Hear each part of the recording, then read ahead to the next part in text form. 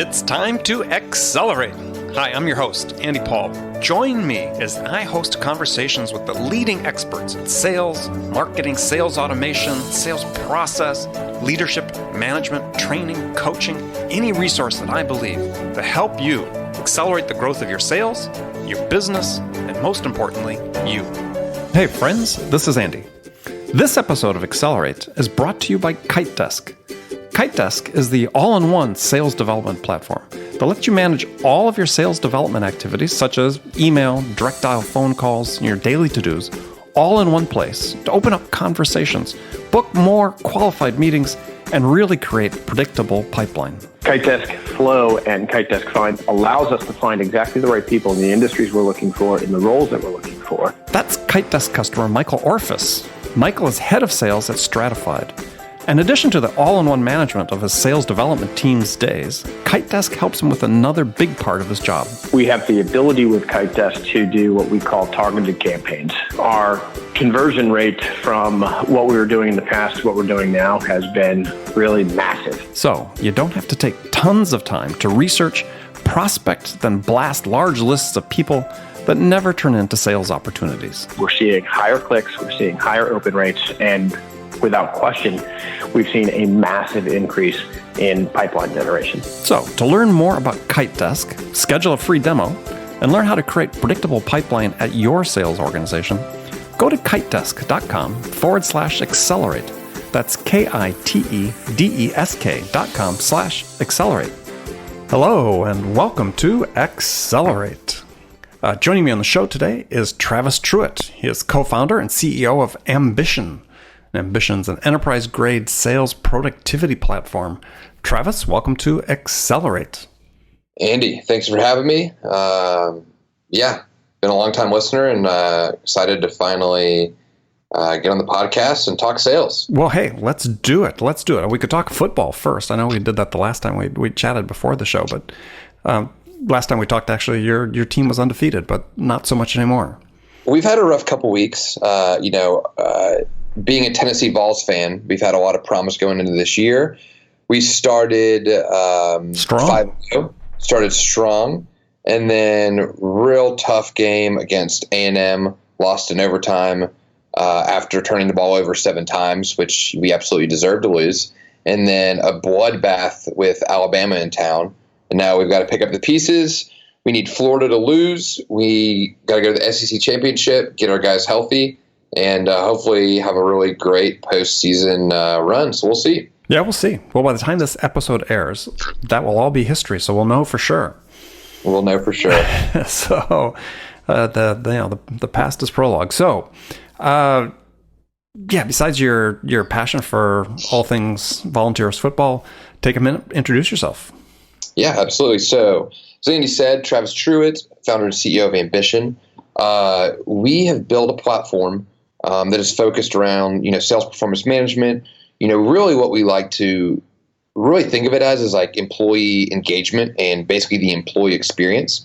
We're big believers that, really, at the end of the day, what matters to a company, their customers and their employees. And you have Salesforce on one end kind of owning that customer experience, or CX. And at Ambition, we think every day about, employee experience, EX, what that means, and how we can help organizations be better, be more productive, and provide the best possible place for their employees. Okay, so what was the impetus to start Ambition? Impetus was a couple things. Part of it stems from my dad, lifelong salesperson. Just kind of growing up and kind of hearing the good, bad, and the ugly from him in terms of what it's like to be in a sales environment. A lot of times, even, back in the 80s and 90s, and even to an extent today, kind of just living and dying by that, quarterly, spreadsheet that you're waiting to receive, or, not a lot of feedback, kind of just going out there and a lot of just guessing and checking. And then also some investors from a previous company running some very large sales organizations, and kind of talking to them and working with them, and realizing that again, even with very forward thinking executives, and even in, modern fast-growing companies, there's still a lot of room to improve when it comes to, again, that employee experience. There's a lot of room to improve when it comes to actually showing employees what it means to be productive, and not just, cracking the whip on phone calls, or, driving toward a quota at the end of the, again, month, quarter, year. And so we just saw an opportunity to, build a great product, really focus on the experience, and do some special things, and basically, a tool that we would want to use if and as we are building a sales team. So it seems like there's sort of a chicken and the egg issue in there, which is what you have is, it sounds like, as you're describing, it's a vehicle of a certain culture, sales culture, if you will. So, does it only work if you're in environments that have that type of sales culture, or are you finding that it helps companies sort of adopt a different sales culture? Yeah. So, I mean, you're definitely right in the sense that it is a little bit of a chicken and egg problem. We do a lot of product education. We do a lot of consulting, really kind of just breaking down for companies that, the way we like to say it is, the employees that are entering the workforce today, they have never known a world without Google. Like literally, by the time that they basically, became conscious humans, Google existed. Mm-hmm. And so, that's pretty fundamentally different from, any other generation previously. Sure. Me, for instance, right? Yeah. You, for instance, me to an extent. I'm 30, and so I'm kind of on that cusp of I can remember the early analog years. I can remember when, my first computer was pre-Windows, if I wanted to play a game, it was 6 floppy disks. And so, I can. That's more an indictment of the computer that people are buying for you as opposed to the generation. But yeah, go ahead. That's true. I've been able to start all the fence. But so, you have people that are entering the workforce today, and they've never known a world without Google. 2015 was the tipping point in the sense that there are now more millennials in the workforce than there are any other demographics. And so we kind of just walk companies through the fact that, things are changing. We're at an important inflection where, employees matter, and love them or hate them, millennials are, willing to, leave companies much faster than their predecessors. They have different demands, and there is a need for competitive companies to again, kind of as I said earlier, not only focus on the customer experience, but the employee experience. And so, I guess to your point, there is a culture that we kind of can help instill in companies.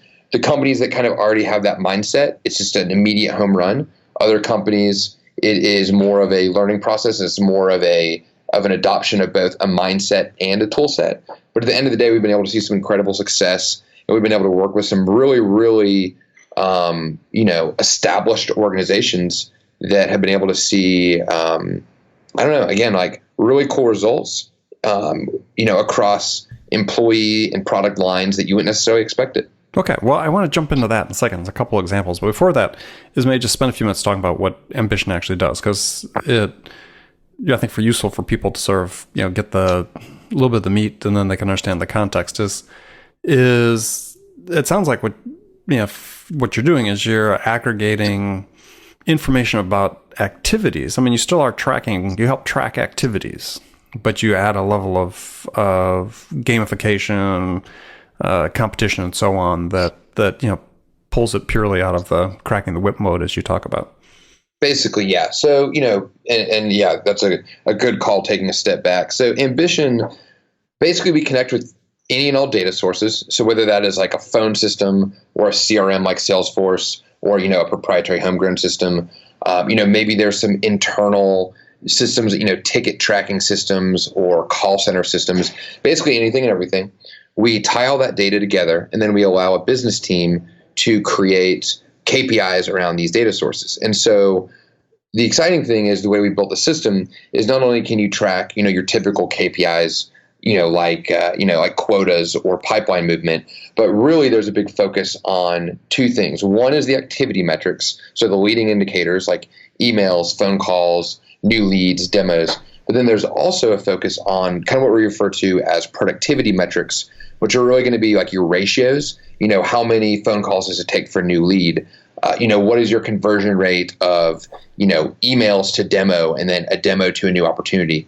And so by building a platform around those different kind of classes of KPIs, we're then able to layer, things like scorecards, goals, competitions, analytics, like TV leaderboards. Basically, we're able to plug all these things in that kind of make the experience exciting and kind of drive that transparency, accountability, motivation, recognition. And it kind of all, works together to not only be an effective tool for the employees, but then also for the managers coaching the employees. Yeah. So you talk about transparency. I mean, that is sort of an interesting one. It sort of, I guess it sort of brings up a case, a lot of people think about, okay, well, is that sort of competition, which really then transparency enables, isn't that just another form of cracking the whip?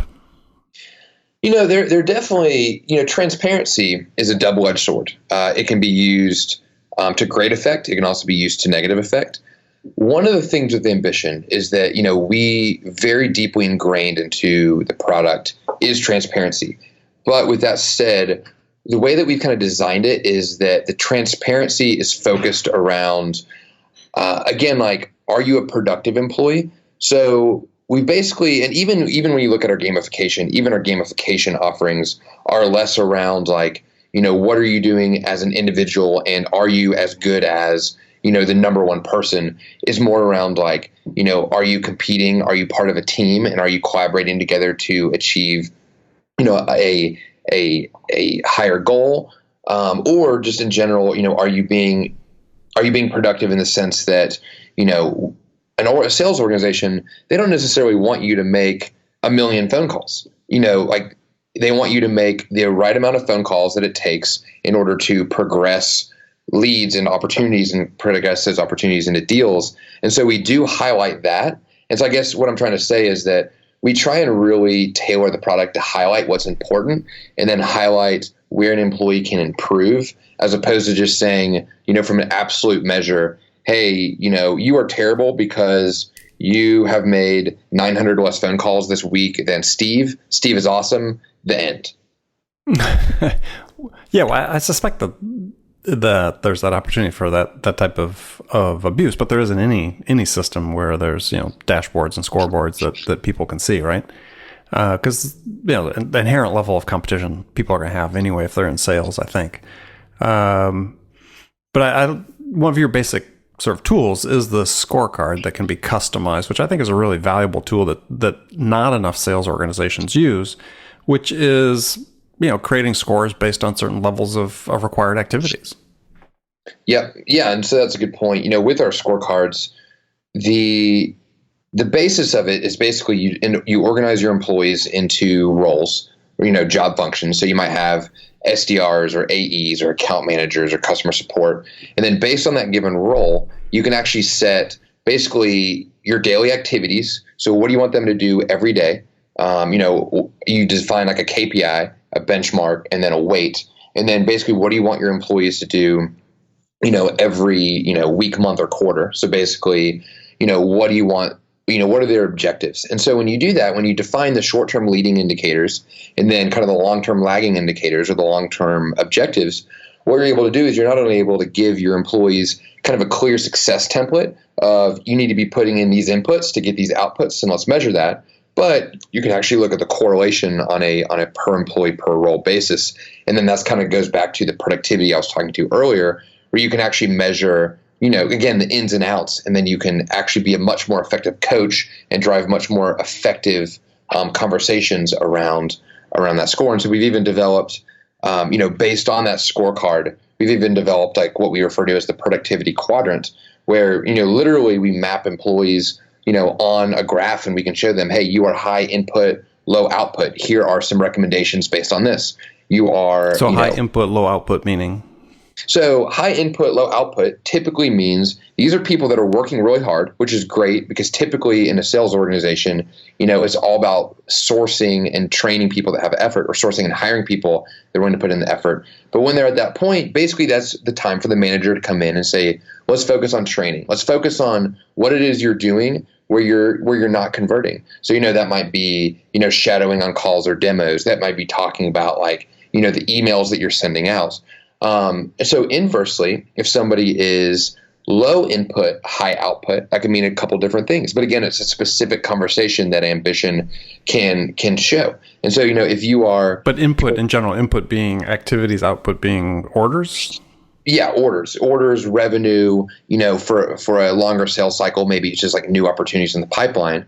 And so, if you're in that quadrant, basically the top left section, then, that could mean things like maybe you are doing things that you are either not logging in your system, or maybe there's just not a way for you to log those in the system. So, that's a conversation around, okay, if Steve is doing these things and these things are effective, then we need to figure out a way to actually build these mechanisms into our CRM so that we're tracking and holding other people accountable to them. Or maybe it's just a conversation of saying, Steve, we invested in a CRM and it's really, really important that you log your inputs, because even though you are driving the outputs, even though you are hitting your quota, for forecasting and for a variety of different reasons, it's important. And that's kind of where the gamification can come, help and kind of convince Steve that it's worthwhile. So maybe if you have people that are just not logging the inputs, then you can basically put them in, a tailored competition to kind of provide them some of that peer pressure to do it. And then sometimes maybe you just have a really, really effective person that's just a natural.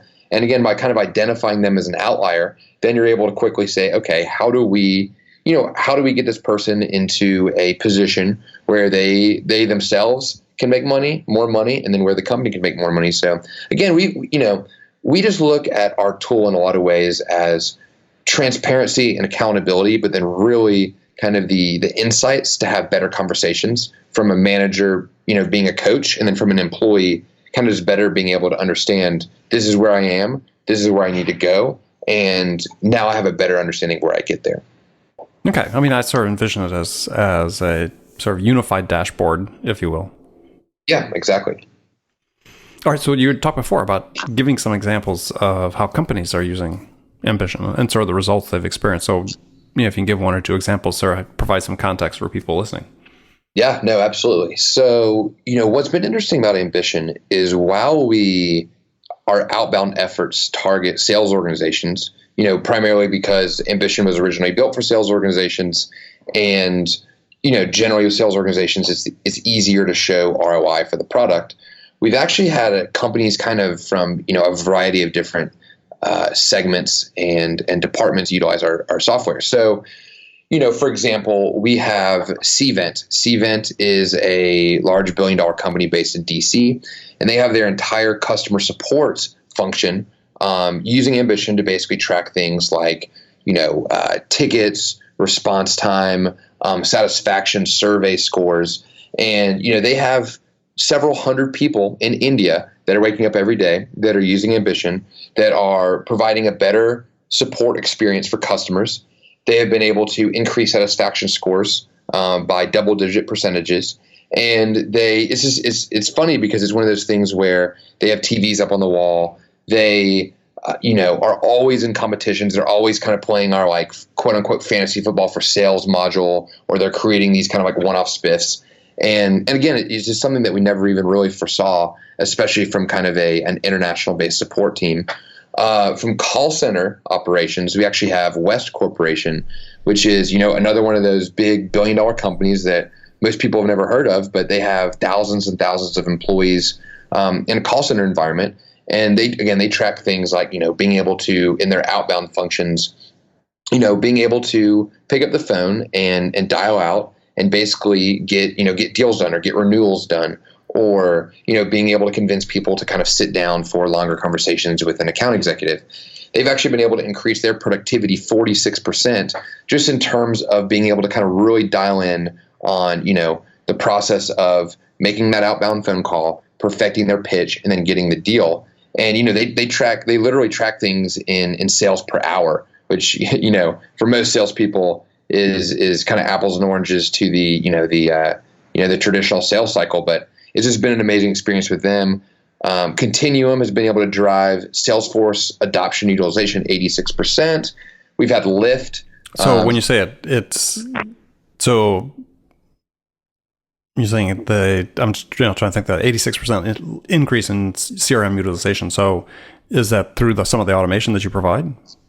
So in a lot of ways, what that is, when you introduce transparency and especially competition into an organization, we can see and basically prove out where beforehand, maybe somebody had just, finished up a phone call and, they're running late for lunch and they said, oh, you know what, maybe I will, log this later when I get back from lunch. And most of the time they never do. Mm-hmm. Instead, they will literally not go to lunch until that is logged because they know that is going to show up on their dashboard. That is going to affect their productivity score. That could add points to their game. And so what Continuum was able to do is basically to say, look, we have bench lines of activities. And, basically they were able to normalize and say, okay, given, the end result increases that Ambition is able to provide, we're also able to kind of extract back out that, not only have they been able to provide us with an actual bottom line ROI, but we just have way, way more data on the front end, basically just saying that, people are now just really logging the things that they've been doing, irregardless on top of, additional activity. And so what's been special for them is just being able to say, look, we made a significant investment into Salesforce CRM. There's obviously a lot of forecasting tools that can be used there, but you can't really forecast if you don't have the data. And so Ambition has basically been able to give them double ROI, not only from Ambition, but then also from Salesforce, and just being able to have their employees utilize it to a higher degree. Yeah, it's sort of interesting as you're talking, and clearly the gamification's a central part of Ambition. Just wondering back to the point we made before. I mean, does it really be interested to see? Does it really help employees feel like they're more bought into the process versus it's something that's imposed on them?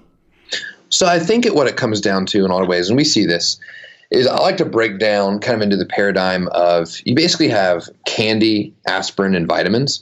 And so, typically, and again, this is by no means to dumb down any salesperson or sales organization. I think that just basic psychology, like this kind of makes sense, is that with Ambition, it kind of starts with the candy being maybe, having a TV leaderboard put up where, you can, if you hit certain accolades, your picture and your anthem, your song will play on the wall, and you're just like, man, this is kind of exciting. And, I did 40 calls today, and now I'm recognized for it, and I'm able to kind of control the personalized recognition. This is cool. And so I think that's like the initial buy-in.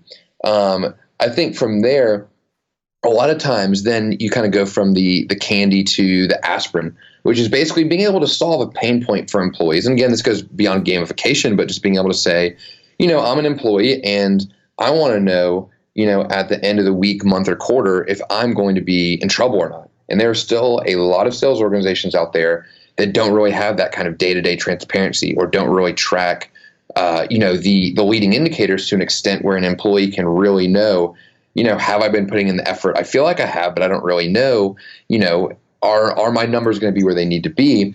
And so I think that we can kind of be that aspirin that kind of solves that headache. And I think that can, again, further kind of increase buy-in, not necessarily, I guess to some people there is that sense of something being imposed on them.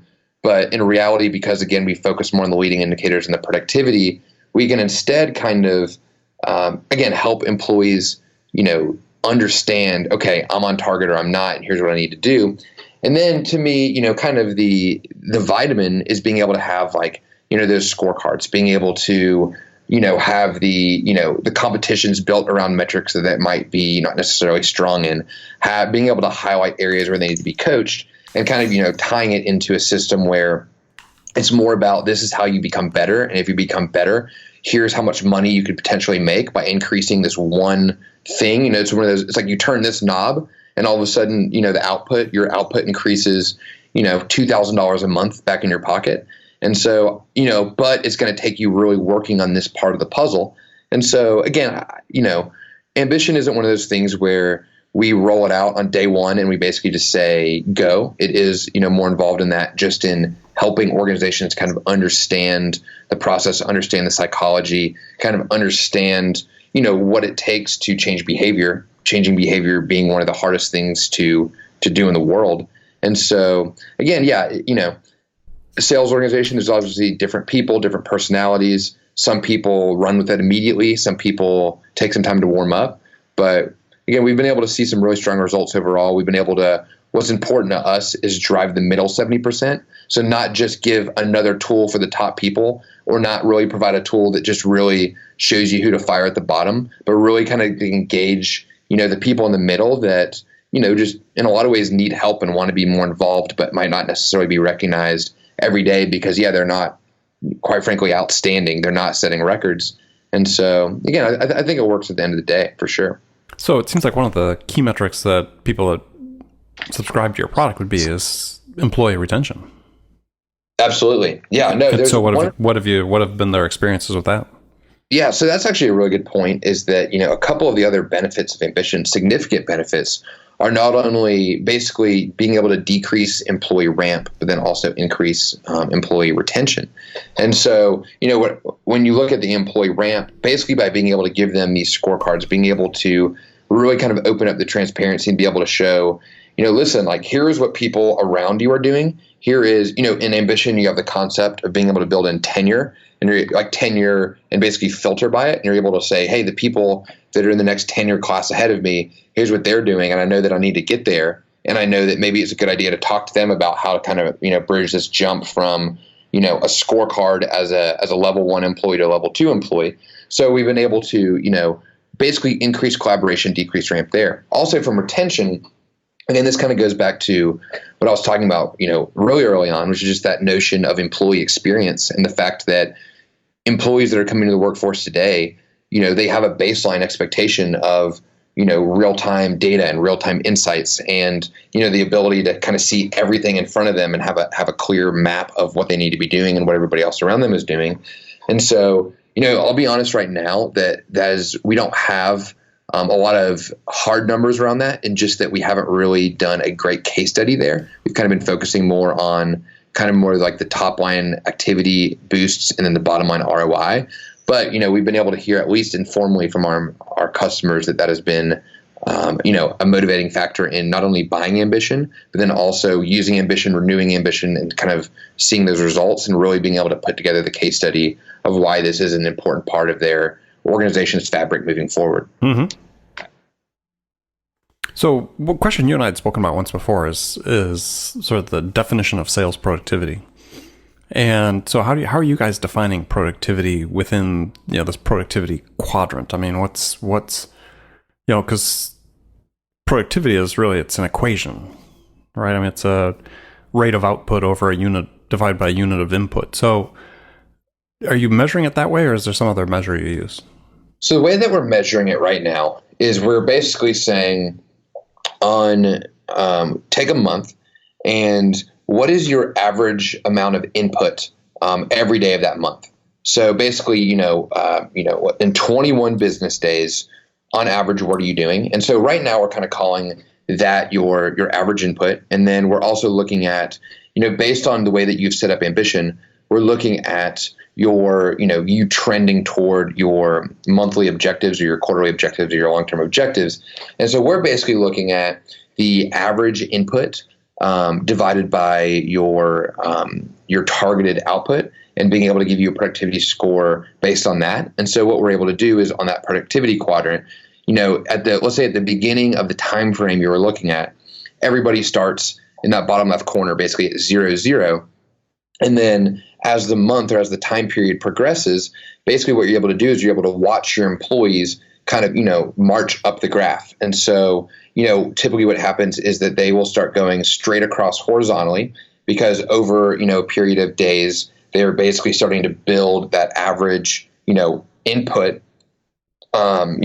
score, and they're able to basically, trend right.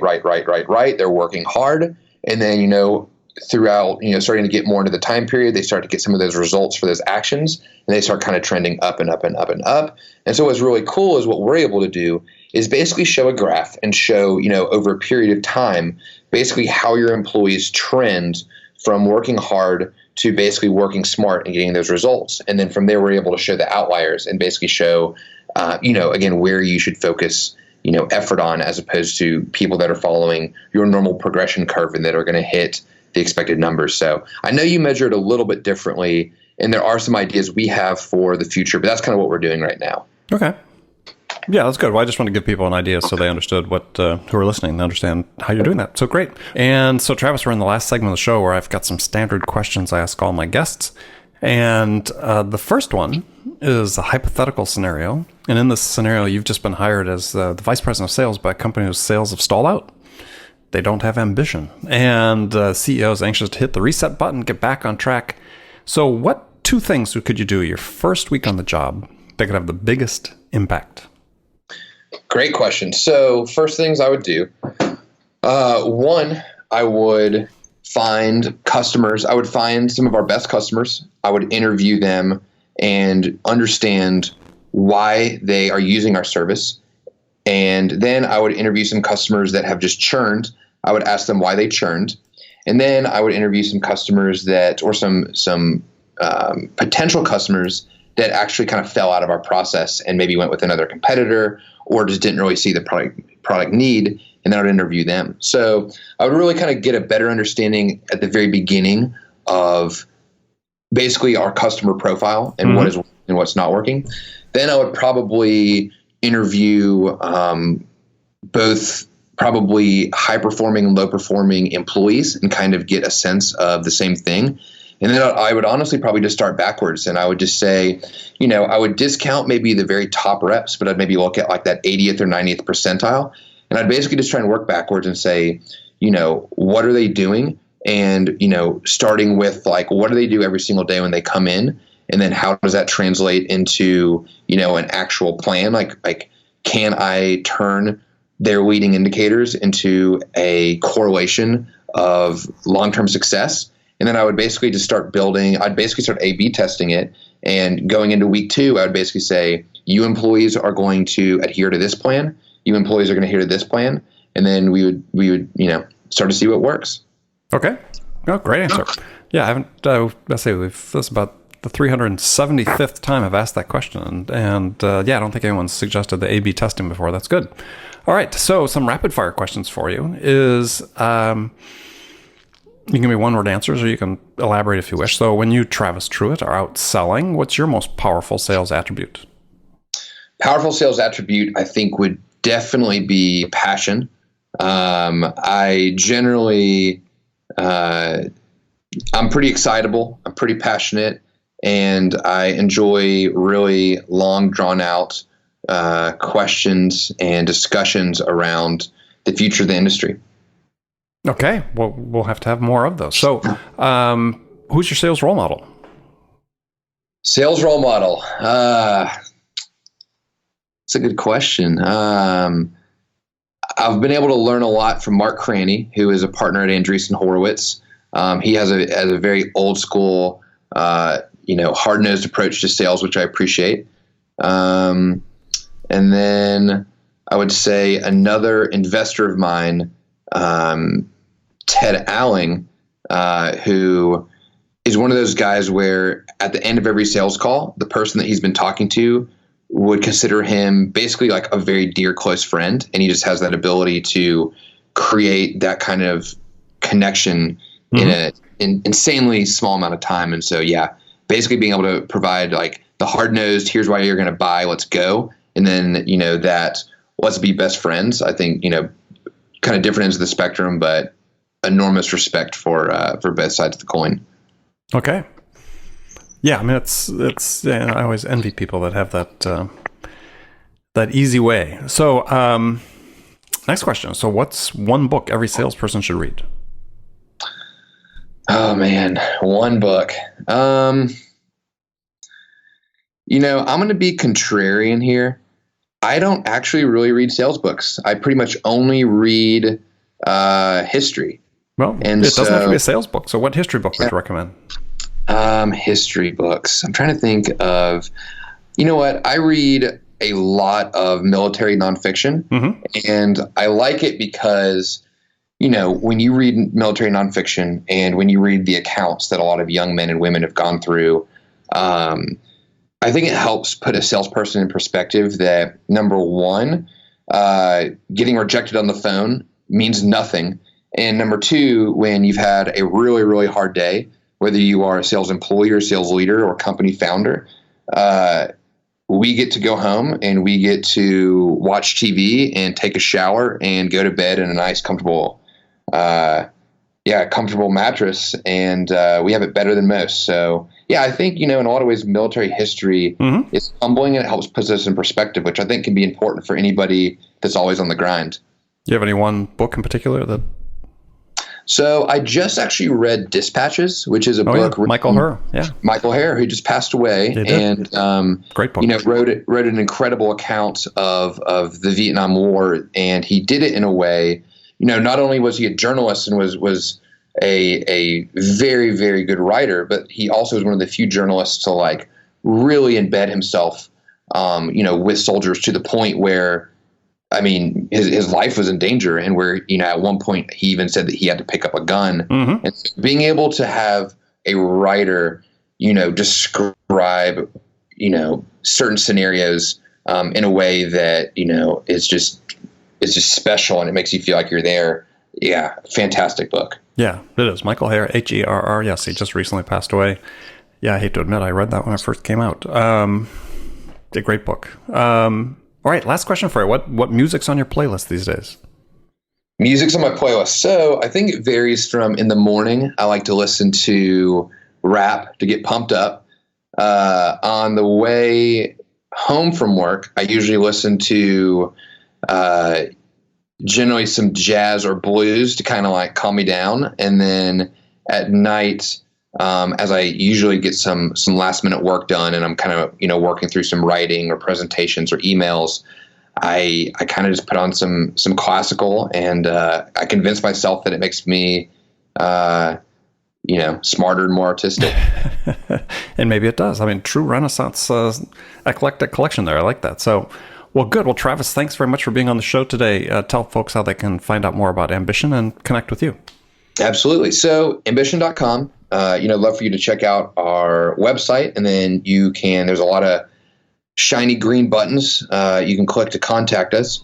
And then, if you have any questions, feedback, thoughts for me, you can either reach me on Twitter at TDTruett, or you can email me, travis@ambition.com. All right. Very good. Well, again, thanks for being on the show. And friends, thank you for taking the time out of your day to join us. And remember, make it a part of your day every day to deliberately learn something new to help you accelerate your success. An easy way to do that: take a minute, subscribe to this podcast, Accelerate. That way you won't miss any of my conversations with top business experts like my guest today, Travis Truett, who shared his expertise about how to accelerate the growth of your business. So thanks for joining me. And until next time, this is Andy Paul. Good selling, everyone. Thanks for listening to the show. If you like what you heard and want to make sure you don't miss any upcoming episodes, please subscribe to this podcast on iTunes or Stitcher.com. For more information about today's guest, visit my website at andypaul.com.